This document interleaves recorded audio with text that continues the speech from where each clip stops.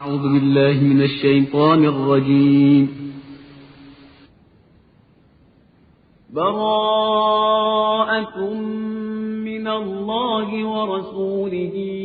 إلى الذين عاهدتم من المشركين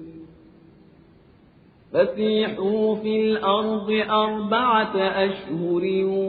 واعلموا أنكم غير معجز الله وأن الله مخزي الكافرين. وأذان من الله ورسوله إلى الناس يوم الحج الأكبر أن الله بريء من المشركين ورسوله فإن تبتم فهو خير لكم وإن توليتم فاعلموا أنكم غير معجز الله وبشر الذين كفروا بعذاب أليم. إلا الذين عاهدتم من المشركين ثم لم ينقصوكم شيئا ولم يظاهروا عليكم أحدا فأتموا إليهم عهدهم إلى مدتهم إن الله يحب المتقين. فإذا انسلخ الأشهر الحرم فاقتلوا المشركين حيث وجدتموهم وخذوهم واحصروهم واقعدوا لهم كل مرصد. فإن تابوا وأقاموا الصلاة وآتوا الزكاة فخلوا سبيلهم إن الله غفور رحيم. وإن أحد من المشركين استجارك فأجره حتى يسمع كلام الله ثم أبلغه مأمنه ذلك بأنهم قوم لا يعلمون. كيف يكون للمشركين عهد عند الله وعند رسوله إلا الذين عاهدتم عند المسجد الحرام فما استقاموا لكم فاستقيموا لهم إن الله يحب المتقين. كيف وإن يظهروا عليكم لا يرقبوا فيكم إلا ولا ذمة يرضونكم بأفواههم وتأبى قلوبهم وأكثرهم فاسقون. اشتروا بآيات الله ثمنا قليلا فصدوا عن سبيله إنهم ساء ما كانوا يعملون. لا يرقبون في مؤمن إلا ولا ذمة وأولئك هم المعتدون. فإن تابوا وأقاموا الصلاة وآتوا الزكاة فإخوانكم في الدين ونفصل الآيات لقوم يعلمون. وإن نكثوا أيمانهم من بعد عهدهم وطعنوا في دينكم فقاتلوا أئمة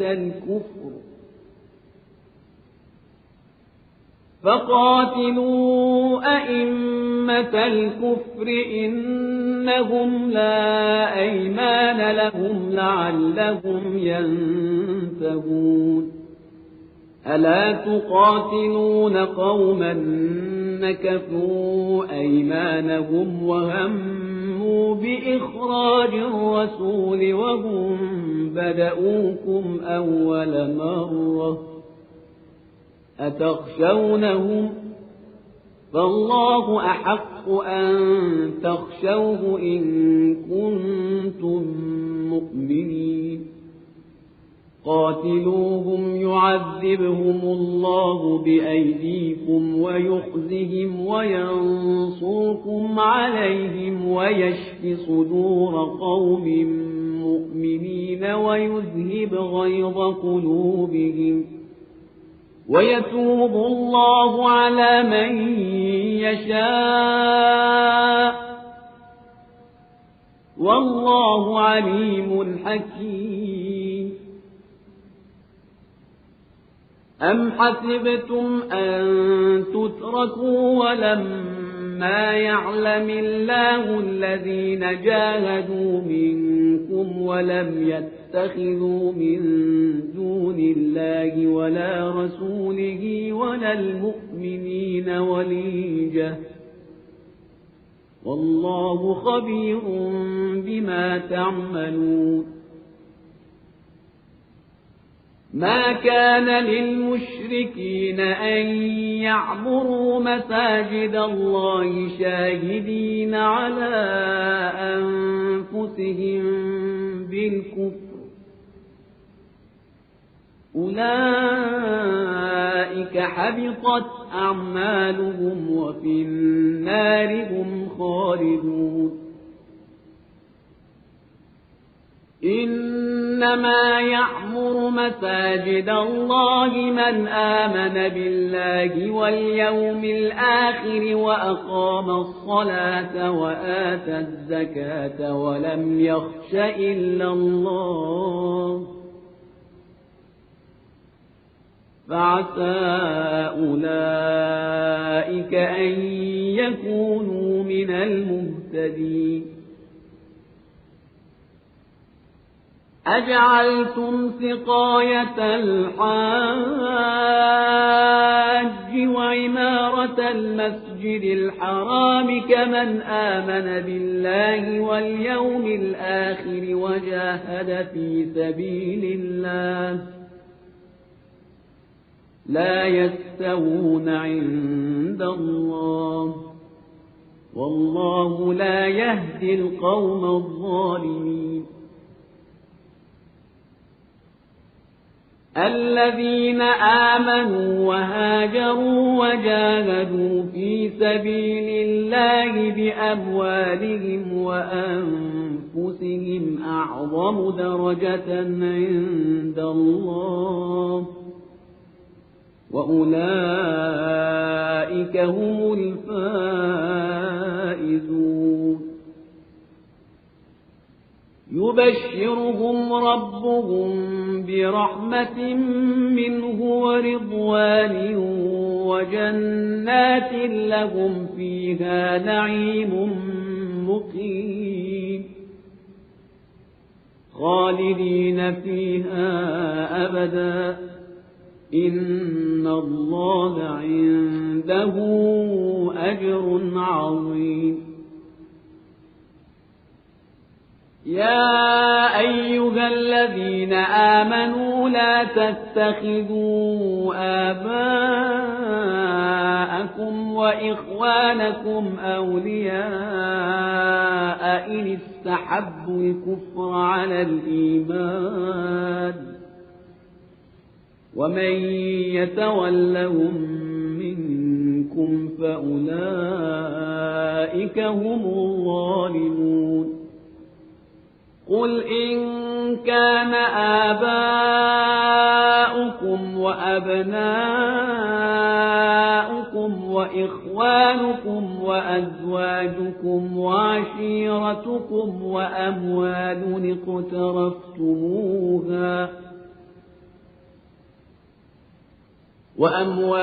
اقترفتموها وتجارة تخشون كسادها ومساكن ترضونها أحب إليكم من الله ورسوله وجهاد في سبيله فتربصوا حتى يأتي الله بأمره والله لا يهدي القوم الفاسقين. لقد نصركم الله في مواطن كثيرة ويوم حنين إذ أعجبتكم كثرتكم فلم تغن عنكم شيئا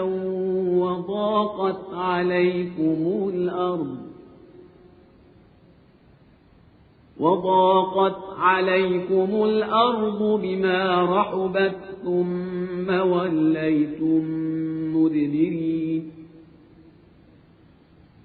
ثم أنزل الله سكينته على رسوله وعلى المؤمنين وأنزل جنودا لم تروها وعذب الذين كفروا وذلك جزاء الكافرين. ثم يتوب الله من بعد ذلك على من يشاء والله غفور رحيم. يا أيها الذين آمنوا إنما المشركون نجس فلا يقربوا المسجد الحرام بعد عامهم هذا وإن خفتم عيلة فسوف يغنيكم الله من فضله إن شاء إن الله عليم حكيم. قاتلوا الذين لا يؤمنون بالله ولا باليوم الآخر ولا يحرمون ما حرم الله ورسوله ولا يدينون دين الحق من الذين أوتوا الكتاب حتى يعطوا الجزية عن يد وهم صاغرون.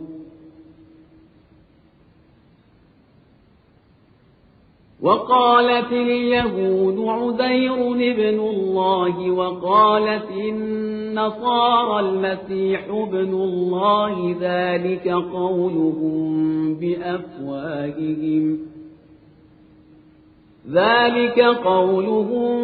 بأفواههم يضاهئون قول الذين كفروا من قبل قاتلهم الله أنى يؤفكون. اتخذوا أحبارهم ورهبانهم أربابا من دون الله والمسيح ابن مريم وما أمروا إلا ليعبدوا إلها واحدا لا إله إلا هو سبحانه عما يشركون. يريدون أن يطفئوا نور الله بأفواههم ويأبى الله إلا أن يتم نوره ولو كره الكافرون. هو الذي أرسل رسوله بالهدى ودين الحق ليظهره على الدين كله ولو كره المشركون. يا أيها الذين آمنوا إن كثيرا من الأحبار والرهبان ليأكلون أموال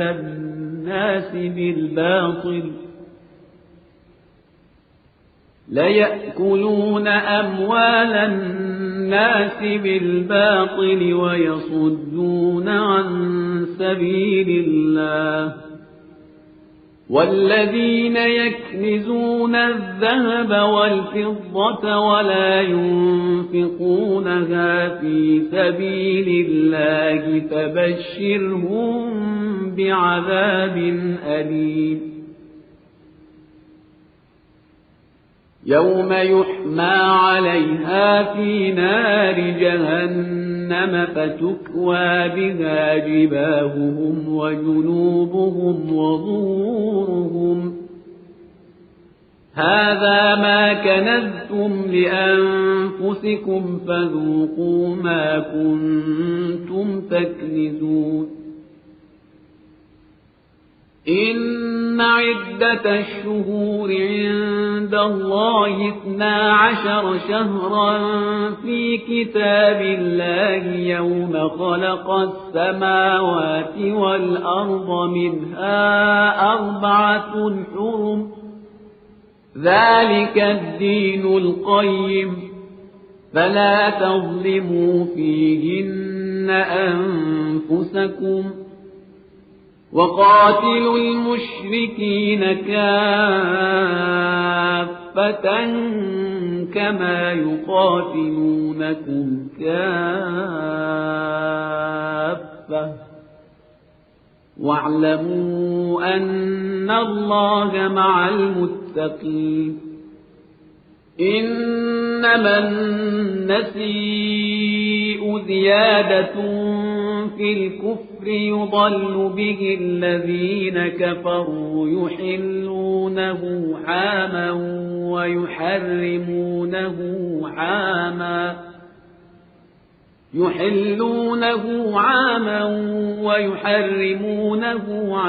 ليواطئوا عدة ما حرم الله فيحلوا ما حرم الله زين لهم سوء أعمالهم والله لا يهدي القوم الكافرين يا أيها الذين آمنوا ما لكم إذا قيل لكم انفروا في سبيل الله اثاقلتم إلى الأرض أرضيتم بالحياة الدنيا من الآخرة فما متاع الحياة الدنيا في الآخرة إلا قليل إلا تنفروا يعذبكم عذابا أليما ويستبدل قوما غيركم ولا تضروه شيئا والله على كل شيء قدير إلا تنصروه فقد نصره الله إذ أخرجه الذين كفروا ثاني اثنين إذ هما في الغار إذ يقول لصاحبه لا تحزن إن الله معنا فأنزل الله سكينته عليه وأيده بجنود لم تروها وجعل كلمة الذين كفروا السفلى وكلمة الله هي العليا والله عزيز حكيم انفروا خفافا وثقالا وجاهدوا بأموالكم وأنفسكم في سبيل الله ذلكم خير لكم إن كنتم تعلمون لو كان عرضا قريبا وسفرا قاصدا لاتبعوك ولكن بعدت عليهم الشقة وسيحلفون بالله لو استطعنا لخرجنا معكم يهلكون أنفسهم والله يعلم إنهم لكاذبون عفى الله عنك لم أذنت لهم حتى يتبين لك الذين صدقوا وتعلم الكاذبين لا يستأذنك الذين يؤمنون بالله واليوم الآخر أن يجاهدوا بأموالهم وأنفسهم والله عليم بالمتقين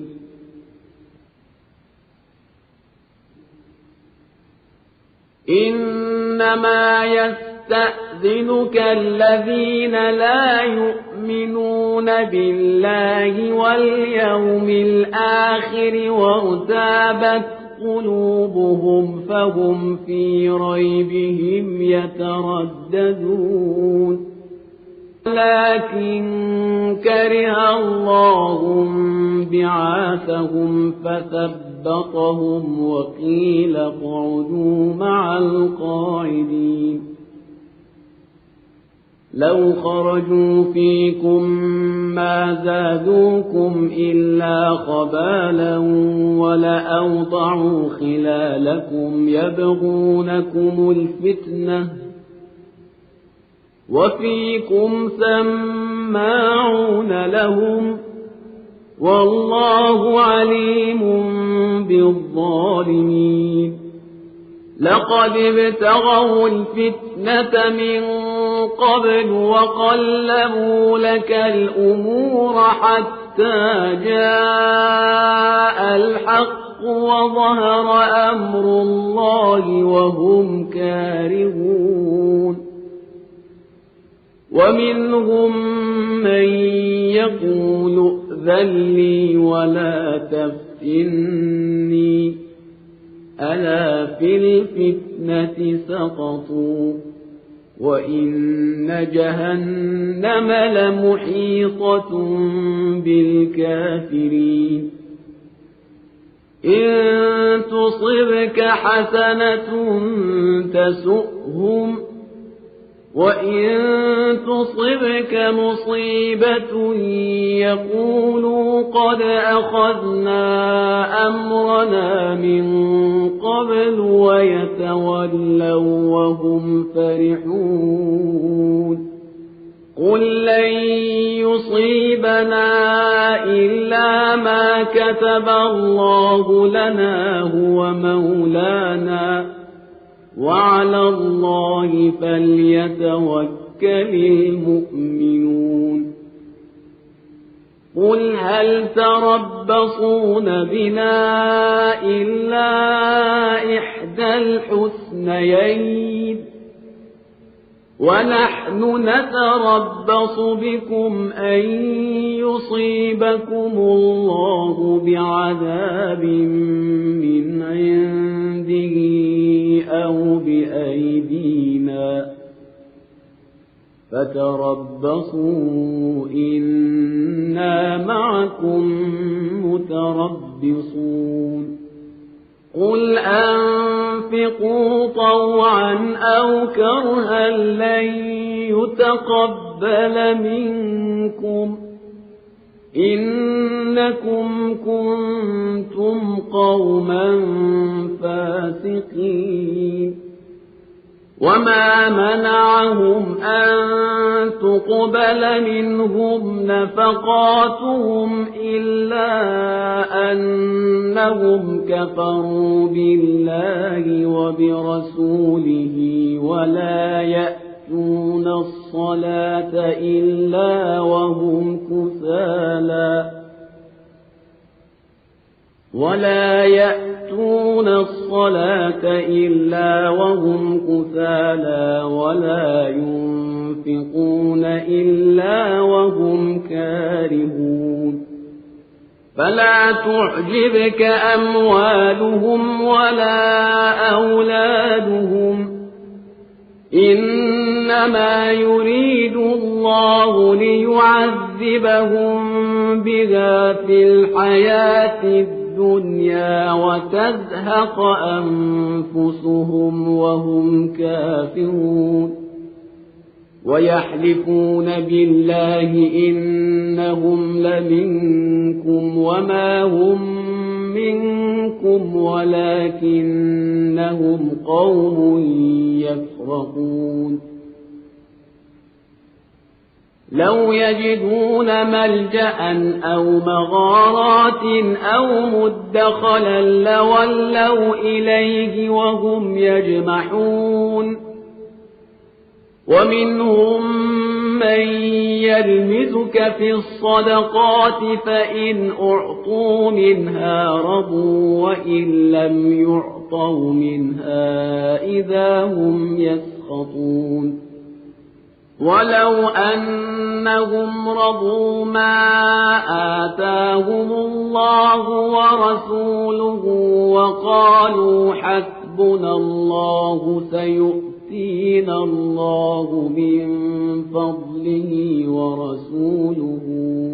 إنا إلى الله راغبون إنما الصدقات للفقراء